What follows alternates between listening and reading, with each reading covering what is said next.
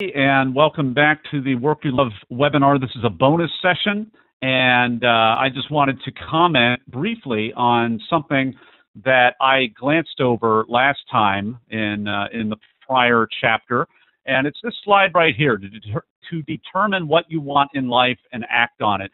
Knowing what you want is so important. There's another book series called Crucial Conversations, and it talks about mastering your stories, talks about knowing exactly what you want out of every human interaction, and that ensures that you're going to be a lot more on the ball in terms of having a much better chance of getting what you want.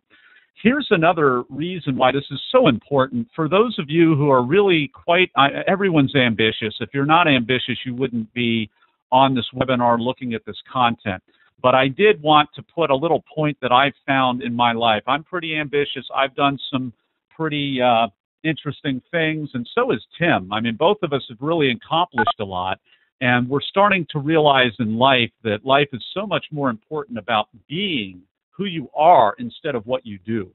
However, there's a time and a place to do a lot, and there's a time and a place to really work very hard and to take risks. And whenever you take a risk, sometimes it works out great. Sometimes it really doesn't work out as well. And you know what? The good thing, and I think the thing that Susan Jeffers would argue is, you know what? Even if you made a risk and it didn't turn out well, then you know what? Pick yourself off, go forward, and it can be a very good thing for you. Here's the thing that I really wanted to touch on here.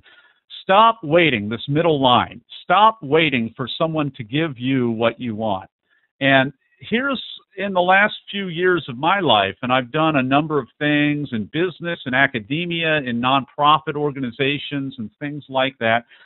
The thing that you want to watch out for is if you don't know what you want and you don't know what the conditions are, the environment, the way that you work best, then I'll just make an example. Let's say you're a plumber and there's a plumbers organization that's volunteer and you're just getting started. And I know there are unions, but I'm not going to talk about that. I'm going to just talk about a hypothetical plumber organization. And let's say that they have a volunteer program where they have novice plumbers like you, and they put you out and you do little service calls in the community for free. And that's great. Well, the point is, stop waiting for someone to give it to you.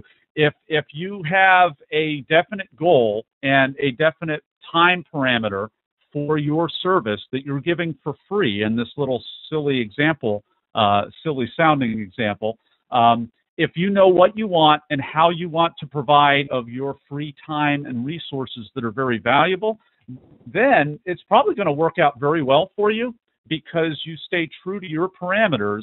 And then if somebody says, you know what, this person over here on this area of town, has a job and we want to send you over there, if you've thought about that in advance, you've said, hey, that's a really dangerous area of town, or for whatever reason you don't want to go there, then you can, have control over what you do.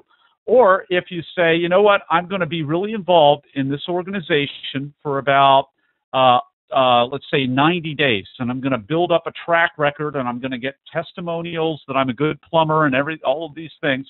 If you do that, then that'll keep you from just kind of lollygagging around as a volunteer in an organization for 1, 2, 3 years doing free work, when maybe you only wanted to do free work or needed to do free work for 60 or 90 days. The reason that I'm talking about this is because I've actually led volunteer organizations. I've done some leadership things. I've taught college courses. I've done a number of things where I've personally sacrificed a lot more than I wanted to because I didn't have my parameters listed out specifically in advance.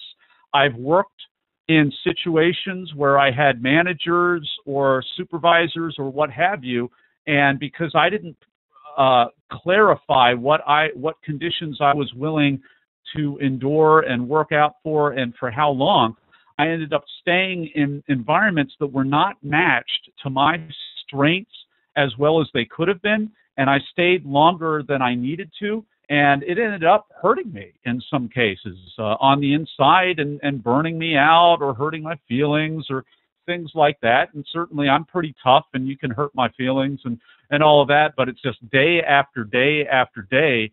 I'm sure Tim knows as well. I know very well what it's like to go day after day after day and feel stuck in a situation that is not life-giving, but kind of draining.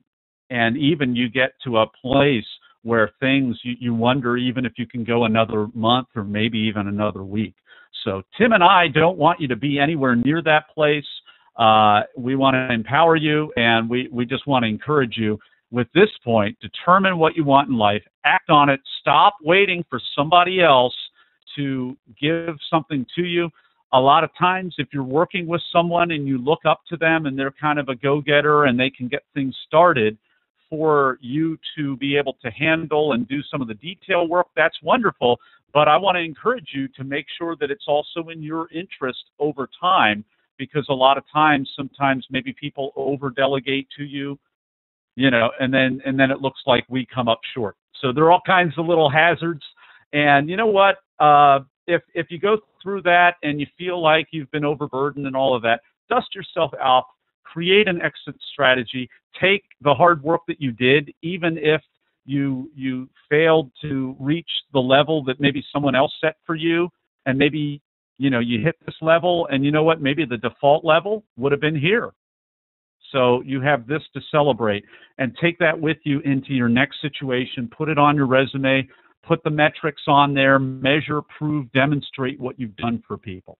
So anyway, this is a little bit of an extra long bonus content, but this point, if you're going to give me one point to make, this is an important one, just because of my own path that I've been on, and I can't say enough. Even if you've been burned out in the past, even if you've had conflicts in working and had difficult environments, you know what? It can work out for good as you look, self-assess, look inward like we learned from the 48 Days material, and then rise above and use that to help and benefit other people. So this is a little bit of bonus content. Tim had to run a little bit earlier. He's working hard and doing some other things, and I'll let him do a little solo bonus content in the future, hopefully, because he's got great things to say.